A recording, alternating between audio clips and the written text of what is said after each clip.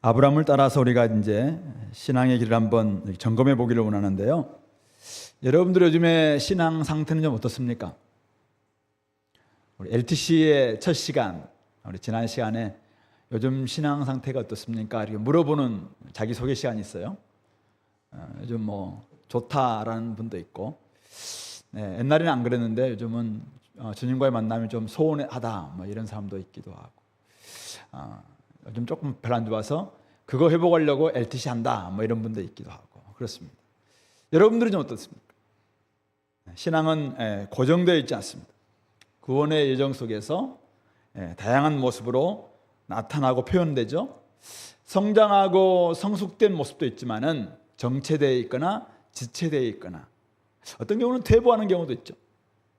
근데 어떤 계기가 있다면은 그 퇴보하던 사람들이 또 정체되어 있던 신앙들도 또 회복되기도 하는 그런 일들이 일어납니다. 그때마다 믿음의 선택, 믿음의 결단 이런 것들이 필요한 것 같습니다. 오늘 아브라함은 여러분들 오늘 이 13장은 워낙 잘 알고 있는 내용인데요. 자세히 설명하지는 않겠습니다. 아브라함이 애굽에서 네게부 땅으로 올라옵니다. 메마른 사막과 같은 땅 네게부로 올라옵니다. 그리고 네게부에서 베델로 올라갑니다. 베델, 하나님의 집 바로 베델로 올라갑니다. 그러다가 베델에서 이제 갈등이 생기죠. 롯과 조카 갈등이 생깁니다. 그래서 롯은 자기가 선택권을 먼저 주니까 요단 지역, 소돔과 고모라가 있는 소알까지 있는 물이 굉장히 넉넉한 지역으로 옮겨갑니다. 그리고 아브라함은 그 베델에서 하나님의 약속을 따라서 약속을 바라봅니다. 그리고는 나중에 18절 보시면은 헤브론으로 그의 길을 옮깁니다. 그러니까 오늘 애굽에서 네게부로, 네게부에서 베델로, 그리고 베델에서 오늘 헤브론으로 이주하는 삶, 이게 바로 오늘 13장에서 보여주고 있는 아브라함의 길입니다. 근데 이 길에 그의 신앙이 지금 나타나고 있는 것이죠. 표현되고 있는 것입니다. 길을 선택한다는 것은 신앙을 표현하는 것이기 때문에 그렇습니다. 그런 점에서 오늘 저는 아브라함의 길을 통해서 우리 교회의 길이 어때야 될 것인가. 여러분들은 나름대로 지금 네게부에 있을 수도 있고 애굽에 있는 분들은 없어요? 없겠죠. 마음은 이곳에 있지만은 몸은 이곳에 있지만은 마음이 지금 저기 세상에 있는 사람이 있나요? 애굽일 수 있어요. 근데 그런 사람은 없다고 생각합니다. 근데 어쨌든 지금 혹시 오늘 장소적으로 영적인 네게부, 영적인 베델, 영적인 헤브론 이런 부분들 한번 생각해 보면서 나는 지금 어떤 신앙인가, 어떤 길을 걸어가고 있는가 이런 것들 함께 점검해 보겠습니다. 자, 먼저 1절부터 4절인데요. 자, 애굽에서 네게부로 올라왔던 그가 네게부에서 베델로 올라가는 그 모습이죠. 처음 제단을 쌓았던 곳으로 가는 길, 이게 이제 아브라함의 길인데요. 자, 애굽에서 목숨 때문에 아내를 누이라고 속이면서 거짓과 타협했었습니다. 하나님의 개입이 없었다면은 하나님께 받았던 약속은 무의로 돌아갈 뻔했습니다. 그는 애굽에서 그의 아내, 그의 또 소유 롯과 함께 네겝으로 올라갔습니다. 1절에. 자, 그때 아브라함에게는 가축과 은금이 아주 풍부했습니다. 여러분들, 애굽에서 네겝으로 올라간 아브라함의 생활, 영적으로 말고 육적인 생활은 은금과 가축이 풍부했습니다. 번영이죠, 번영. 풍족함입니다. 자, 그렇다면 그의 신앙 상태는 어땠을까요? 나와 있잖아요. 성경에 나와 있잖아요. 한번 상상해 봤으면 좋겠습니다. 그가 네게부 땅에 왔을 때 만족했을까? 그래도 어려움이 있었지만은 은금도 있고 가축도 얻었고 식솔도 얻었으니까, 종들도 얻었으니까 만족하다. 와, 애굽 한번 갔다 오니까 이렇게 부자가 됐네? 기뻤을까요? 그때 아내한테 당신 그때 정말 딱 결정적인 순간 내가 아브라함의 아내다라고 말하지 않고 침묵해 줘서 고맙다 이렇게 했을까요? 저는 아내를 못 봤을 것 같아. 너무 부끄러웠을 것 같습니다. 가축과 은금은 풍부했지만 신앙 상태는 네게부의 그 메마른 들판처럼 아주 메말랐을 것 같아. 아브라함은 그래서 네게부에서 길을 떠납니다. 어디로? 베델로. 그 많은 지역이 있지만은 베델로 올라갑니다. 베델에 이르렀다라고 이야기하고 있습니다. 베델과 아이 사이 곧 3절에서 전에 장막 쳤던 곳에 이르렀습니다. 그곳은 처음으로 제단을 쌓았던 곳이었습니다. 거기서 여호와의 이름을 불렀습니다. 베델 뜻은 하나님의 집이라는 뜻입니다. 베델에 올라갑니다. 그곳에서 여호와의 이름을 부르며 예배를 드립니다. 이때 아브라함, 성경에 나와 있지 않은데 제가 아브라함이 어떻게 예배를 드렸을까? 제단을 쌓고 여호와 이름, 여호와 하나님 막 부르는데 막 울음이 터졌을 것 같아요. 저라면 그랬을 것 같아요. 목 놓아 울었을 것 같아요. 나이 많으신 75세 아브라함이 애굽 다녀오고 난 다음에 은금도 많고 가축도 많고 다시 아내도 되찾고 막 이렇게 했는데 네게부 갔다가 다시 인데 너무 메말라.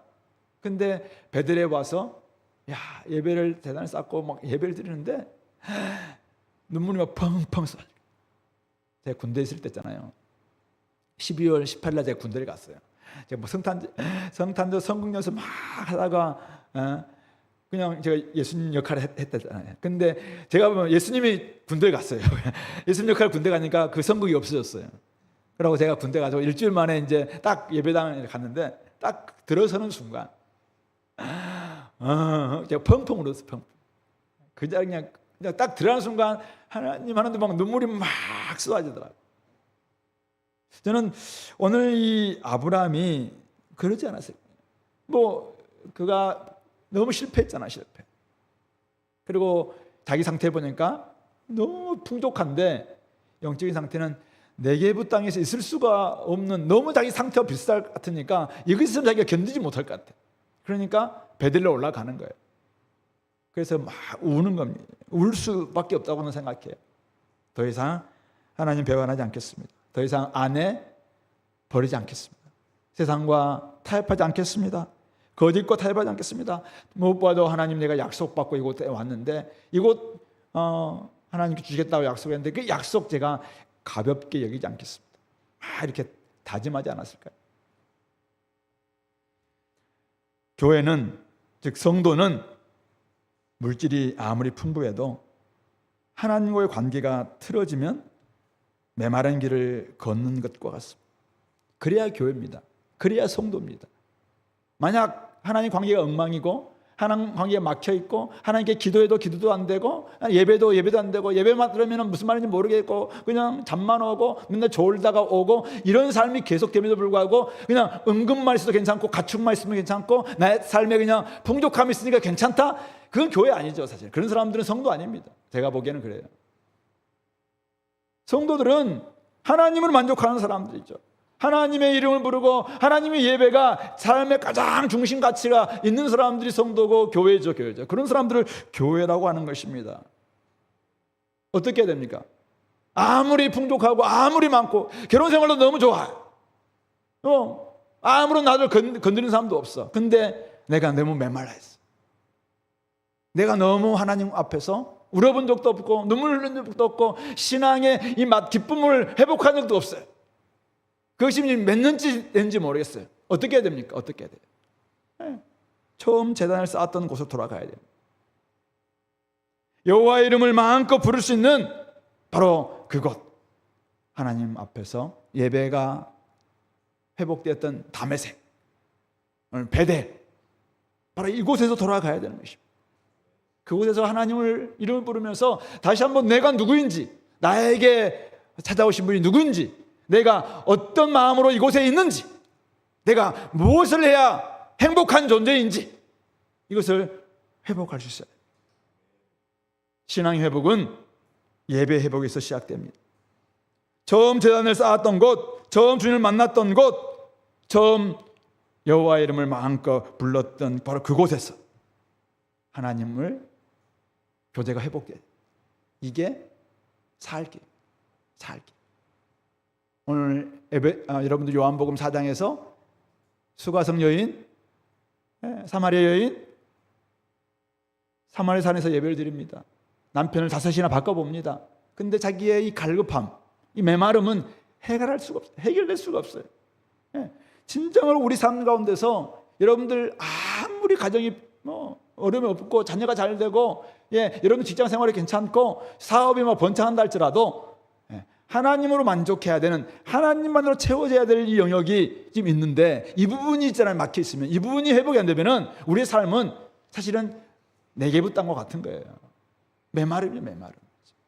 어떻게 해야 됩니까? 그때는 영과 진리로 예배 드려야 되는 것입니다. 영과 진리로 예배할 때가 오나니 바로 이때라. 하나님은 영이십니다. 그러므로 우리 속에 있는 영, 성령과 더불어 하나님과 소통할 때 하나님만이 내 삶에 이 메마름을 해결할 수 있구나, 나의 삶의 이 갈급함을 하나님만 해결할 수 있구나라는 것이 하나님과 소통되어야 됩니다. 진리신 하나님을 진실한 마음으로 온전히 우리가 그분을 예배할 때 진정으로 우리 삶 가운데서 메마름과 이 갈급함이 해결될 수 있는 것입니다. 그러므로 여러분들 지금 삶이 혹시 신앙 상태가 네게부와 같은 목마르고 메말라 있는 상태라면 어떻게 됩니까? 이 하나님과의 관계 회복, 하나님과의 교제 회복, 거기에서 답을 찾아야 된다는 사실입니다. 성도 여러분, 믿음은 네게부에 계속 머물 것인가, 베델로 올라갈 것인가 선택을 요구합니다. 믿음은 아버지의 집을 찾아가는 길에서 회복되기 시작합니다. 하나님을 만나 구원받고 기쁨을 누렸던 바로 그곳, 처음 주님을 만나 예배 드렸던 바로 그 지점으로 돌아갈 때 무너진 신앙, 지금 바닥난 신앙, 메말라 있는 그 신앙이 회복될 수 있다는 사실을 기억하시 바랍니다. 예배를 회복하지 않으면은, 하나님의 은혜를 받지 않는다면은 예루살렘 성전이나 사마리아 산이나 아무 소용이 없습니다. 아무 의미가 없어요. 여러분들이 우리 주님교회가 내가 몇 년 다녀봤는데 안 되겠다, 그래서 온누리교회를 가고 사랑의 교회를 가거나 아니면 우리나라 가장 큰 교회를 가서 예배를 드려봐도 혹시 있잖아요, 여러분들이 내가 하나님과 소통하는 이 예배가 회복이 안 되면은 어디 가서 시스템이 아무리 좋은 곳에 가서도 한동안은 다르기 때문에 괜찮겠죠. 근데 내 속에 있는 이 내적인 하나님과 영과 소통할 수 있는 이 문제가 해결 안 되는데, 진리가 내 안에 없는데 어떻게 우리가 예배에 드릴 수가 있겠습니까? 그런 점에서 진정으로 내 속에 있는 죄 문제를 딱 해결하고 지금 가운데 이 막혀있는 이 문제를 풀어놓고 목 놓아 올 수 있고 마음껏 하나님 부를 수 있는 바로 그곳에 찾아가서 예배가 회복될 때 어디서 예배를 드려도 진정한 예배가 될 수 있고 하나님 앞에 받아들일 수 있다는 사실을 기억하시기 바랍니다. 최근에 캠퍼스 선교단체 출신인데 어느 단체라고 말하지 않겠어요. 신앙을 잃고 헤맨다는 이야기 들었습니다. 교회를 가지 않는다, 더 이상 교회를 가지 않는다. 자기는 가나안 신자다 이렇게 이야기합니다. 왜? 이유가 뭐냐? 교회 가지 않다. 전도와 선교의 열정을 품었던 지체들도 결혼하고 난 다음에 신앙이 떨어져서 전도 현장에서, 선교 현장에서 볼 수가 없다, 이런 이야기도 들려옵니다. 하나님 나라보다 개인과 가정의 행복이 훨씬 더 높은 가치에 있는 것 같고, 그래서 그 사람들이 재테크, 코인, 주식, 거기에 모든 관심을 투자하고 마음을 뺏기고 있다. 그 자체가 나쁘다는 게 아니라 그것에 마음을 뺏기면서 신앙이 바닥나 있다. 제가 그런 이야기를 들으니까 그들의 공통점이 뭘까? 제가 보니까 이 메마른 네게부 사막과 같을까 하니까 이 생각이 들었어요. 영적인 메마름. 여러분들이 막 하나님과 진짜 소통되면서 재테크하고 코인을 하고 주식을 한다면은 내가 이렇게 절제도 할 수 있고 막 이렇게 할 수 있다고 생각해요. 근데 이게 지금 바닥이고 이게 막 지금 막 메마름인데 거기에 막 몰빵을 해요. 몰빵. 영혼을 다 막 끌어들여서 막 뭔가를 하고 그러면 지금 영혼을 파는 거잖아요. 지금 뭔가에 이게 되겠냐 이거지. 그러므로 우리가 하나님으로 채워져야 된다는 것이죠. 그런 점에서 메마른 삶이 계속되고 있다면 어떻게 해야 될 것인가? 이거는 프로그램과 구조나 전략의 문제가 아닙니다. 이것은 처음 신앙, 처음 사랑, 처음 예배, 재단 그 신앙을 회복하는 바로 여기에 있습니다. 그래서 베델로 가야 되는 것입니다. 하나님의 집으로 가야 돼요. 여러분들에게 하나님 집, 아버지 집으로 가야 돼요. 그 아버지 집에서 마음껏 목 놓아 울고 마음껏 아버지를 찾는 그 회복이 없이는 다른 것 가지고 자꾸 해본들 안 될 것이라는 것이죠. 그런 점에서 오늘 아브라함이 네게부에서 베들레 올라가는 것, 이것은 우리에게 참 메마른 삶을 살고 있다면 교회 여러분, 성도 여러분 다시 당신의 베들레 올라가십시오 라고 우리에게 말씀하고 있다고 생각해요. 예배를 삶의 중심 가치로 딱 둘 때 진짜 우리의 삶 속에서 회복이 시작된다는 사실을 꼭 기억했으면 좋겠습니다. 두 번째는 5절부터 13절인데요. 여기에서는 베델에서 일어난 일입니다. 베델에서 일어난 일인데요. 새로운 상황이 발생합니다. 이전에 한 번도 없었던 갈등이 생겨나는데요. 갈등의 원인은 소유가 많아서 동거할 수 없었기 때문이라고 오늘 6절에서 이야기하고 있습니다. 그들이 동거하기에 넉넉하지 못하였으니 이는 그들의 소유가 많아 동거할 수 없었습니다. 소유가 많다고 해서 반드시 동거할 수 없는 건 아니에요. 좁은 집에서도 옛날에 막 바글바글하게 막 살 때도 있어요. 자, 그런데 또 다른 문제가 제가 보니까 생긴 것 같아요. 애굽을 다녀온 후에 아브라함에게는 엄청난 회개와 예배가 회복되어야 된다는 것을 깨달았는데 롯의 눈이 바뀐 것 같아요. 롯은 현실의 눈을 뜬 것 같아요. 내가 보니까 현실을 보는 눈이 딱 떴어요. 그러다 보니까 뭐가 보이냐면은 먼저는 삼촌의 재산이 보여요. 자기와 다른. 오늘 롯은 5절 보세요. 아브라함의 일행 롯도 양과 소와 장막이 있었어요. 자, 그런데 아브라함에는 뭐가 있어요? 2절. 아브라함에게 가축과 은과 금이 풍부하였더라. 어쩌면은 가축과 뭐 양과 소, 장막, 물론 뭐 우리 은금이 풍부하기 때문에 나름대로 아브라함도 롯에게 조카에게 좀 뭐 주지 않았을까요?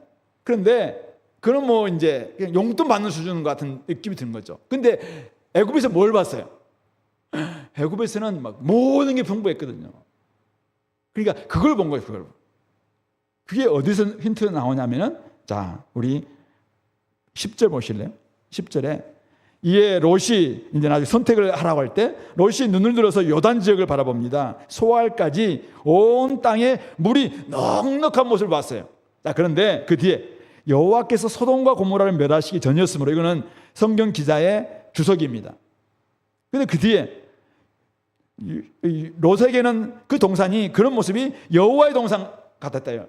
에덴 동산 같고 그 뒤에 애굽 땅과 같았다는 거예요.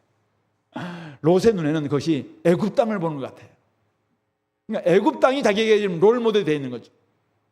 애굽 땅이 이집트 드림, 꿈의 지금 땅이 되어 있는 거죠. 그러니까 어떻게 해요?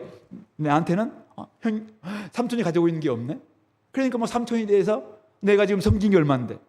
근데 뭐 사실은 삼촌이 그를 사실 어렸을 때부터 건사해가지고 여기까지 왔는데도 불구하고 그거는 다 이제 은혜는 좀 사라진 채 지금은 부족함만 보여요. 이게 상대적 박탈감과 상대적 빈곤이 더 무섭다는 게 바로 이런 거잖아요. 똑같이 고생했는데 왜 저기는 더 많고 왜 저분은 갑이고 나는 을이야? 뭐 이렇게 되면은 막 여기서 막 불만이 생기는 것처럼 이런 모습들이 혹시 생긴 게 아닐까? 그러니까 그런 모습이 이 종들에게까지 목자들에게까지 좀 이렇게 흘러갔던 것 같아요. 그래서 7절 보시면은 아브라함의 가축의 목자와 롯의 가축의 목자가 자꾸 서로 다투게 된 것입니다.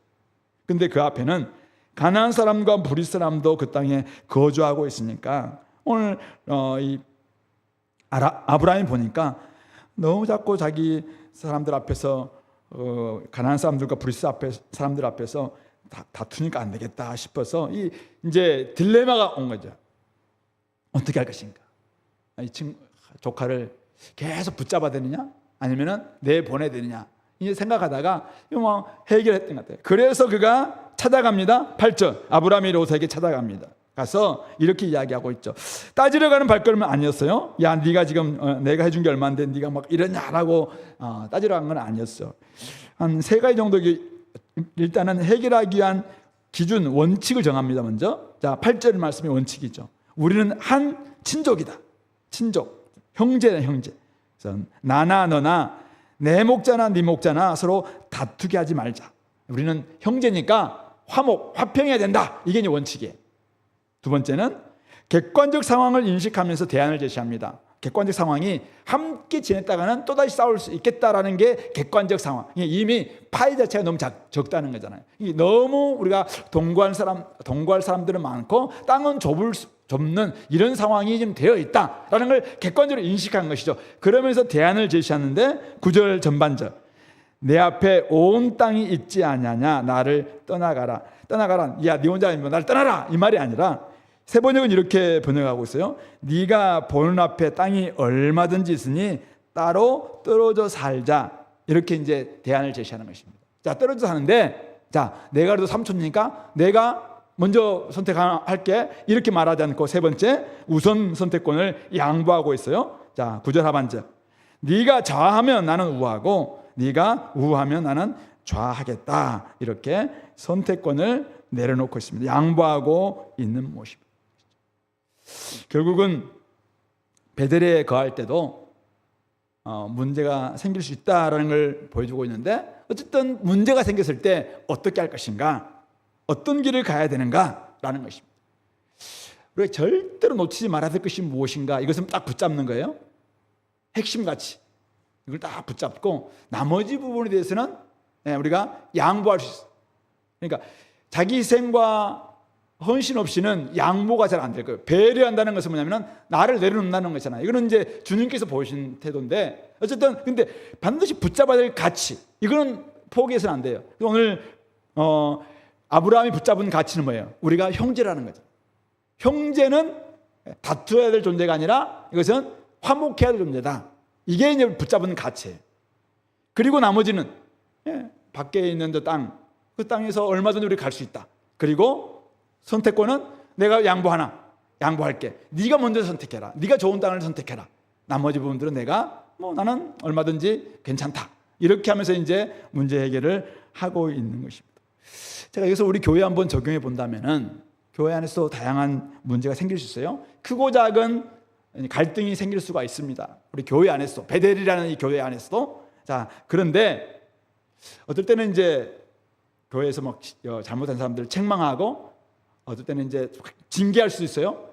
그리고 성경에 보면은 아무래도 징계도 말 안 할 때는 교회에서 내보내는 경우도 있어요. 근데 원수처럼 대하지 말고 형제처럼 대하라라고 이야기하고 있어요. 그리고 항상 징계하더라도 징계의 목표는 형제의 관계 회복입니다. 회복을 위한 징계죠. 그런 부분들로 우리가 생각해야 돼. 그러니까 그것의 가치, 핵심은 뭐냐면은 이게 형제라는 거예요. 형제는 화평, 화목, 이것을 중요한 가치로 여겨야 된다는 것을 말하고 있는 것입니다. 우리 교회의 핵심 가치가 뭐예요? 제가 여러분들에게 주은혜 교회 핵심 가치가 뭐냐 이렇게 물어본 적이 별로 없는데요. 저는 이제 우리 교회 하나님을 알아가고 알려주자, 이게 큰 사명이고 그 밑에 비전이 있어요. 주님의 일꾼을 키운다. 이 비전은 제가 박 목사님을 만나고 우리 교회에 와서부터 지금까지 수없이 들었던 말씀이 뭐냐면은 수십만의 일꾼을 키우고 수만의 청소년을 키우는 것이 우리 주은혜 교회 비전이다, 이런 이야기를 들었습니다. 그러면서 그때 제가 이제 2005년 그때 같이 있으면서 목사님하고 같이 그러면은 수많은 일꾼, 수십만의 일꾼, 수많은 청소년을 어떻게 키울 것인가라고 할 때 세 가지의 철학, 이 주님의 일꾼에 대한 철학을 만든 게 있어요. 바로 그게 이제 그때 같이 우리 아마 거기에 동참했던 분들 많이 있을 텐데, 첫 번째는 복음의 일꾼인데 복음의 일꾼의 정신은 뭐냐? 구원의 길을 자세히 가르쳐 줄 수 있는 복음의 일꾼이야. 이게 핵심 가치예요. 그러니까 우리가 일꾼을 키우는데 어떤 일꾼이냐면은 복음의 일꾼이에요. 근데 복음의 일꾼은 한 사람이 어떤 길로 가야 구원을 받습니까? 라는 것을 묻는다면은 구원의 길을 자세히 가르쳐 줄 수 있는 일꾼이어야 된다. 이게 첫 번째 복음의 일꾼이에요. 두 번째는 말씀의 일꾼인데, 이게 왜 주님의 일꾼인데, 말씀은 신구약 66권, 하나님이 우리에게 주신 이 66권을 왜 주셨냐 얘기죠. 이 말씀을 철저히 연구해서 이것을 내가 먼저 적용하고 내가 살고 그리고 그렇게 좀 살도록 가르칠 수 있는 이런 말씀의 일꾼이어야 된다. 신구약 66권을 철저히 공부하는 말씀의 일꾼이어야 된다. 이게 철학이에요. 말씀의 일꾼의 철학. 세 번째 선교 일꾼은 뭐냐면 해외 선교를 나간다는 말이 아니라 선교 일꾼은 하나님께서 온 세상 열방을 다 구원하시는 것이 하나님의 관심사고 하나님의 선교예요. 하나님의 선교적 관심사예요. 그러니까 하나님의 선교적 관심사에 우리도 그 마음에 한없이 헌신하겠다. 하나님의 선교가 결국은 해외 선교도 있겠지만 국내 선교도 있으니까 다양한 방식의 선교에 어쨌든 우리가 자기의 은사와 역량을 가지고 한없이 한번 헌신하는 일꾼을 키우겠다. 이게 선교적 일꾼이에요. 그래서 이 세 가지 가치, 저는 우리 주은혜 교회의 핵심 가치라고 생각해요. 그래서 거긴 다 사람이 사람은 결코 포기할 수 없다. 사람이 중요하다. 그래서 그 밑에는 이제 해마다, 옛날에는 박 목사님은 해마다 목표를 제시하거나 이렇게 하진 않았어요. 근데 이것만 늘 강조하셨어요. 근데 제가 보니까 이제 조금 더 거기에 한 해의 목표는 좀 어떻게 세우면 좋겠는가, 그것을 이루기 위한 전략을 어떻게 세우면 좋겠는가, 제가 와서 이제 좀 하긴 했는데 이게 과연 꼭 필요할까라는 것도 요즘은 생각해요. 그러니까 이거는 밑에 거는 없어도 괜찮아요. 근데 진짜 놓치지 말아야 될 것은 뭐냐, 이것만 잘 붙잡는다면은 나머지 것은 다 양보도 괜찮아요. 오늘 아브라함이 우리가 한 형제다, 우리는 다투지 말자, 화목이다, 이거는 핵심 가치에 내가 보니까 나머지 부분들은 네가 먼저 해라, 네가 먼저 하든 내가 먼저 하든 이게 방법이 네가 좌하고 한다면 나는 우할 거고, 네가 좌한다면 우한다면 나는 좌할 거야. 이렇게 나머지 부분들은 상대방을 배려하고 양보하는 거, 이게 갈등을 푸는 아주 중심 요소죠. 근데 핵심 가치를 포기하라, 그렇다면 그 사람하고는 이게 해결이 안 돼요. 그럴 때 어떻게 해요? 그때는 갈라설 수밖에 없어요. 그런 점에서 우리가 주님의 일꾼을 키울 때, 저는 우리 이번에도 이제 교육자 MT도 제가 한 주에 2번이나 MT를 갔다 왔어요. 월화는 교육자 MT, 금토는 작년부 형제 조상들의 MT. 그곳에 가서 이제 신나게 놀고 팀워크도 다지고, 이분들이 정말 MT가 고팠구나 할 정도로 마음껏 즐거움을 이렇게 표출했는데요. 그러면서도 또 몇 가지 좀 이야기를 했었어요. 할 때 떠오르는, 제가 집에 와서 이제 여러 사람들이 이야기도 듣고 하다가 이 설교를 준비하는데 이런 생각이 들었어요. 맞다, 우리가 진짜 포기할 수 없는 가치가 있구나. 이건 사람이다. 주님의 일꾼을 키우는 거, 복음의 일꾼, 말씀의 일꾼, 선교 일꾼을 키우는 것을 우리가 진짜 포기할 수 없는 거고, 그렇다면은 그냥 무엇을 어떻게 전략과 또 액션 플랜이나 이런 부분들은 조금은 이렇게 불분명한다 할지라도 이거는 싹 이럴 수도 있고 저럴 있고, 올해 할 수도 있고 내년에 할 수도 있고, 아니면 청년부가 할 수도 있고 대학부가 할 수도 있고, 작년부 꼭 해야 되나 이렇게 할 수도 있고, 다양한 부분들은 좀 이렇게 양보할 수 있겠구나. 근데 양보하려면은 자기 희생이 필요한데, 주님도 우리 엄청난 대의, 모든 인류를 구원하겠다라는 그 대의를 위해서 자기를 희생하셨잖아요. 그것처럼 결국은 이 엄청난 핵심 가치인 주님의 일꾼을 키우려는 교회로 계속 나아간다면, 주님이 이 가치를 포기해라, 이제는 너희들끼리만 잘 먹고 잘 살아라, 이렇게 한다면 모르겠어요. 근데 그렇게 주님은 지금 말씀해 주지 않았어요. 그러니까 계속 이 가치를 놓고 우리는 나갈 거예요. 이 비전을 가지고. 이 비전을 계속 성장 발전시키기 위해서는 조장들의 헌신이 필요하다는 것입니다. 조장들이 띄워줘야 돼요. 조장들이 띄워주지 않고 헌신해주지 않으면 절대 주님의 헌신, 주님의 일꾼을 키울 수가 없어요. 아무리 교육자가 뛰어난다 할지라도 그 한 사람이 전체를 키울 수가 없어요. 그러니까 조장들, 가장 풀뿌리 조장들이 헌신해줘야 돼요. 성도들이 섬겨줘야 돼요. 섬김은 자기 희생이에요. 아침에 일찍 오는 일부, 우리 아까 제가 이야기했습니다. 아침 9시 반까지, 청년들이 아침 9시 반에까지 오는 교회가 어디 있습니까? 라고 그냥 불만 나올 수 있는데, 어떻게 해요? 아침 일찍 일어나서 기도하고 하나님을 예배하려고 하는 열심, 부지런함, 이게 자기 헌신이 필요한 것이, 자기 희생이 필요한 것이죠. 그리고 어떻게 해요? 말씀이 우리를 바꾼다면 어떻게 해요? 진실한 마음으로 말씀을 연구하고 이 말씀을 함께 나누려고 하는 그 진심. 제가 이 열심, 진심, 헌신, 섬김 이런 것들에는 다 결국 자기 희생, 양보가 필요하겠구나.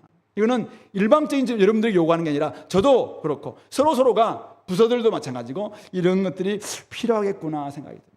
그런 점에서 진일부한 믿음을 보여줘야 될 때다. 하나님께 진짜 예배가 회복되고 나의 이 메마름의 문제가 회복되었다면 이제는 내가 진짜 조금 더 나아진 진일부한 믿음이 있을 때 진짜 핵심 가치인 사람을 키우는 이 부분들을 우리가 이룰 수가 있고, 그래서 그런 부분들에 있어서 여러분들이 한번 진실한 진일보된 믿음을 보여달라. 자, 오늘 10절부터 13절 보시면은 이 롯이 선택한 모습들 또 아브라함이 선택한 모습이 너무 달라요.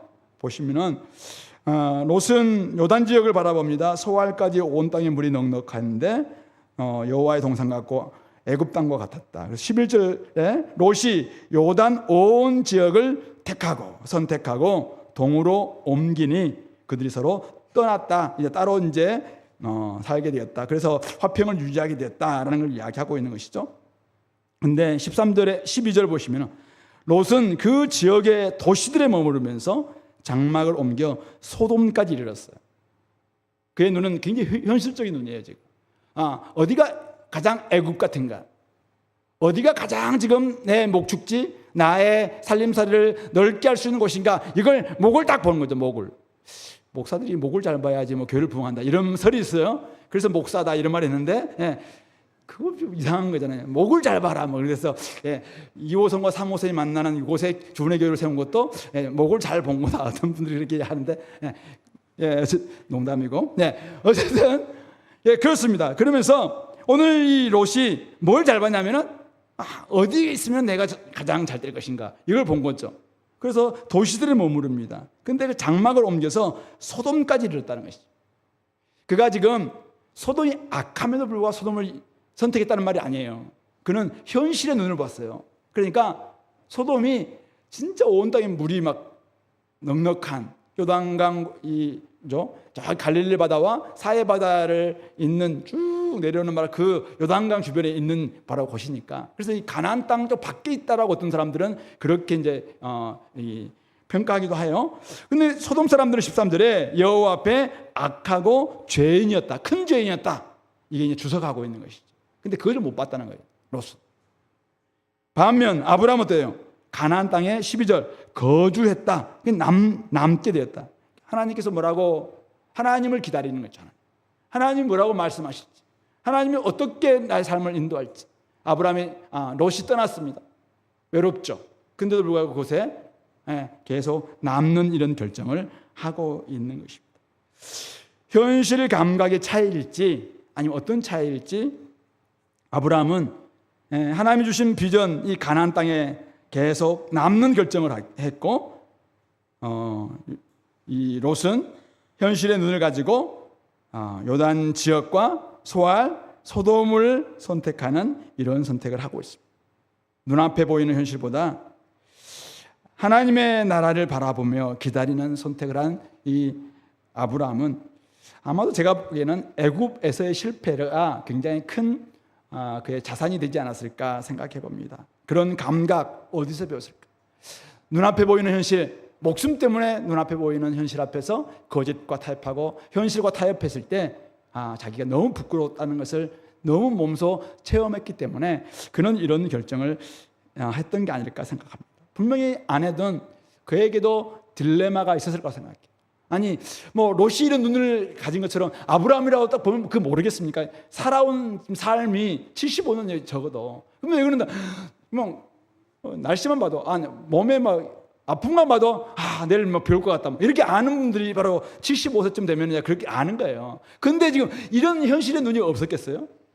근데 다 있었습니다. 근데 목숨을 위해서 아내를 희생했던 그게 너무 자기를 충격적이었어요. 그러니까 이제는 더 이상 그런 결정하지 않겠다는 거예요. 그래서 그런 모습은 사라졌어요. 형제를 위해서 자기를 내려놓겠다. 이게 바로 오늘 아브라함이 보이고 있는 모습인 것입니다. 성도 여러분, 성도는 보이는 것으로 사는 사람들이 아니라 믿음으로 사는 사람들이라고 고린도후서 5장 7절에서 바울이 이야기합니다. 현실의 눈을 가지되 좀 더 멀리, 좀 더 깊이, 좀 더 통찰력 있게 바라볼 수 있는 영적인 실질을 볼 수 있는 믿음의 눈이 필요하다, 그렇게 이야기하고 있습니다. 그렇지 않으면 눈앞에 펼쳐진 현실로 인해서 이 악함, 이 죄, 이것을 보지 못하고 이것을 조금 무시하는 이런 선택을 할 수가 있습니다. 눈앞에 소돔이 조금 악하다는 이야기를 전해드릴 수도 있다고 생각해요. 근데 눈앞에 보이는 현실이 너무 좋아. 그런데 이것을 간과해요. 이것을 무시해요. 악함, 저것은 나쁜 거야. 이거는 악한 거야. 근데 알긴 알아요. 근데 그것을 무시해요. 왜요? 현실이 너무나 자기한테는 확 들어오니까. 근데 이걸 무시하는 결과가 어떻게 되냐? 나중에 알다시피 엄청난 이 소돔 사람들과 고모라 사람들의 그 죄 속에서 그들이 막 의인답게 살지 못하는 이런 모습을 보이게 되는 것 아니겠습니까? 그런 점에서 오늘 비전을 따라가는 사람들은 느리게 보일 수 있어요. 또 답답할 수도 있습니다. 그러나 궁극적인 미래, 하나님이 보여주신 미래를 바라보며 나아가는 사람들은 앞에 놓여 있는 태산도 있고 험한 우리 골짜기도 있다 할지라도 그것에 대해서 어떻게 묵묵히 좀 기다리면서 또 따라갈 수 있다라는 것을 말씀해 주고 있는 것이죠. 그런 점에서 오늘 현실적 감각 조금 부족해도, 저는 좀 현실적 감각이 좀 부족한 사람이죠. 저는 ESFJ인데도 불구하고, S가 강함에도 불구하고 늘 좀 부족해요. 그래서 저희 집에서 이제 한 번씩 그렇죠. 세상은 이렇게 바뀌고 있는데 당신이라고 이야기했네요. 당신은 이렇게 부족하다. 옛날에 주은혜 교회는 굉장히 우리 한국 교회를 좀 선도하는 감각도 뛰어났는데 요즘은 좀 당신 때문에 이런 말 하지 않았어요. 근데 좀 그러지 못한 것 같다. 이런 이야기를 듣긴 해요. 그러면 어떻게 해요? 제가 원래 그렇게 먹은 사람인데.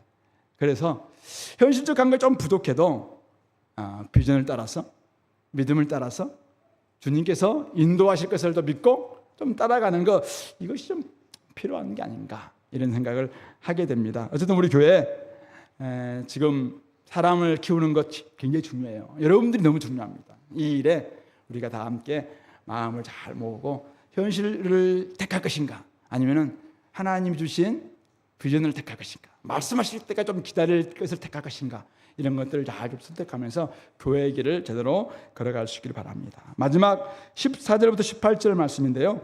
롯이 떠난 후에 여호와께서 아브라함에게 나타나셔서 이제 약속의 말씀을 주시는 것이죠. 보이는 땅을 내가 너와 내 자손에게 주겠다. 영원히 주겠다. 그리고 내가 네 자손을 땅의 티끌 같게 하겠다. 그리고 그 땅을 종과 행으로 남북으로 한번 들어다녀봐라. 내가 그것을 내게 주겠다. 하나님이 주어는 다 내가 주겠다, 내가 주겠다, 내가 주겠다예요. 근데 이제는 이전보다 훨씬 더 구체화되어 있고 더 확장되어 있습니다. 보이는 땅 전체를 주겠다. 그리고 너와 내 자손에게 주겠다. 그리고 네 자손도 땅의 티끌처럼 많게 하겠다. 그리고 네가 다녀보는 종과 행으로 다 다녀본 바로 그 땅, 네가 지금 이거는 네가 직접 걸어본 바로 이 땅, 이거는 그냥 추상적인 땅이 아니에요. 네가 다 걸어본 방금 그 땅 내가 너에게 주겠다, 이렇게 이야기하고 있습니다.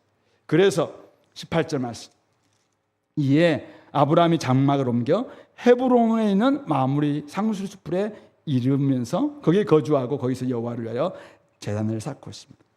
헤브론이 어떤 곳입니까? 헤브론 뜻은 교제, 연합, 이런 뜻입니다. 그는 지금 하나님의 약속을 다 받습니다.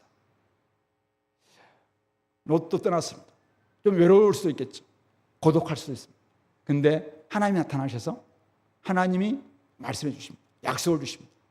내가 걸어갈 것은 하나님을 믿고 가는 거죠. 하나님의 약속을 믿고 가는 것이구나.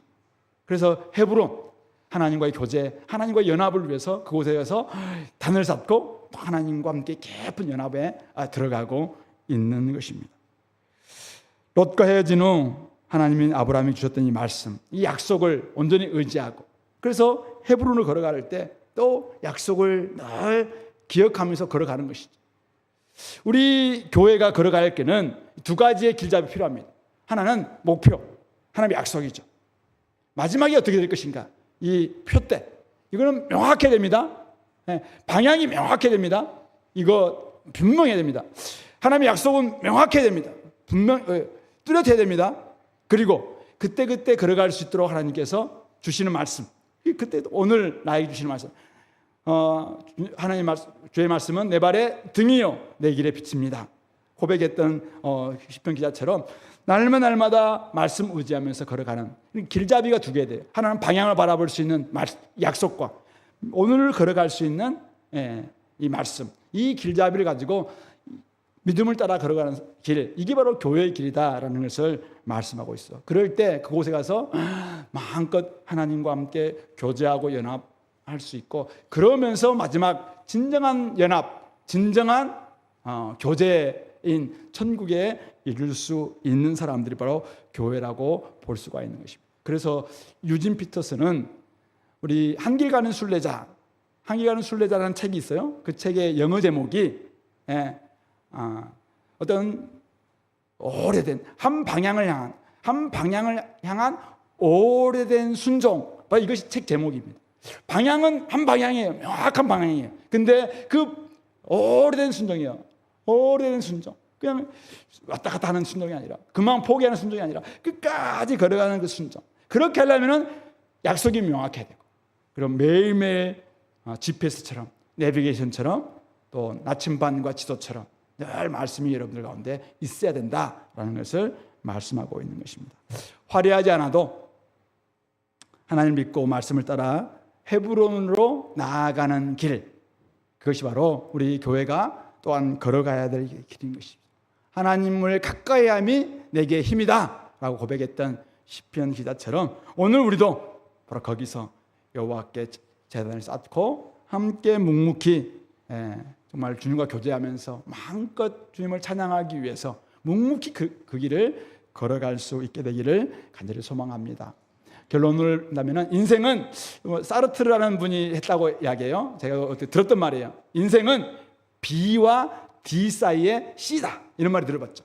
알파벳 B, 버스, 해피 버스데 할 때 태양, 출생과 그다음 데스, 사망 사이의 C다, 초이스다, 그렇게 이야기합니다. 교회도 마찬가지입니다. 교회도 탄생과 어쩌면 죽음 사이에, 이제는 시작되었습니다. 초림과 재림 사이 속에서 늘 우리는 믿음의 선택을 해야 됩니다. 오늘 우리 아브라함은 예배를 선택합니다. 아브라함은 양보를 선택합니다. 아브라함은 비전을 선택합니다. 아브라함은 하나님의 약속을 믿는 걸 선택합니다. 여러분도 진정한 교회라면 이런 영적 감각, 이런 선택할 수 있는 믿음 가지고 끝까지 나아갈 수 있게 되기를 권면드립니다. 같이 한번 기도합시다. 말씀을 생각하시면서 하나님 아버지, 오늘 우리의 이 인생길에서 내가 믿음으로 이 길을 잘 걸어가게 해달라고 기도합시다. 혹시 내가 메마른 삶을 좀 살고 있는 사람이 있다면 하나님, 내가 영과 진리로 예배하는 온전한 예배가 회복될 수 있게 해달라고 기도합시다. 지금 내가 갈등 가운데 있다면 하나님 아버지, 중요한 건 내가 절대 포기하지 않는 가운데서 다른 것들은 내가 양보할 수 있는, 배려할 수 있는 마음을 달라고 기도합시다. 하나님 아버지, 현실적인 감각이 내가 부족하다 할지라도 끝까지 비전을 따라서 정말 주님을 기다리는 그런 선택하게 해달라고 기도합시다. 하나님, 내 삶의 가장 중요한 길잡이, 하나님의 약속과 말씀 부여잡고 끝까지 이 길을 걷게 해달라고 함께 기도하겠습니다. 하나님 아버지,